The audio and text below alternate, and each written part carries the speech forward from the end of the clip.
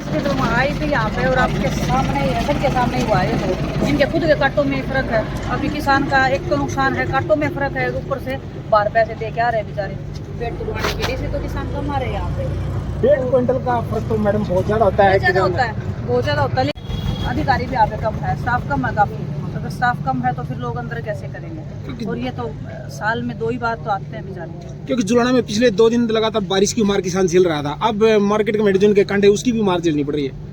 किसान को तो मार ही झेलनी पड़ रही है, किसान को बचता क्या है?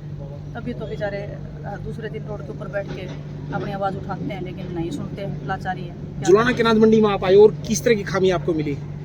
अभी देख रहे थे, अभी तो हमने कांटों का ही वेट चेक करवाया है। अभी देखते हैं, अनाज वनाज का पूछते हैं लोगों से, क्योंकि असली बात तो लोग ही बताएंगे, अधिकारीगण, और ये थोड़ी बताएंगे असलियत। तो लोगों से जो आ रहे हैं मंडी में उनसे पूछते हैं हम। विधायक जी, आपने एक एकेडमी खोलने की घोषणा की थी, वो एकेडमी कहाँ खोली जाएगी?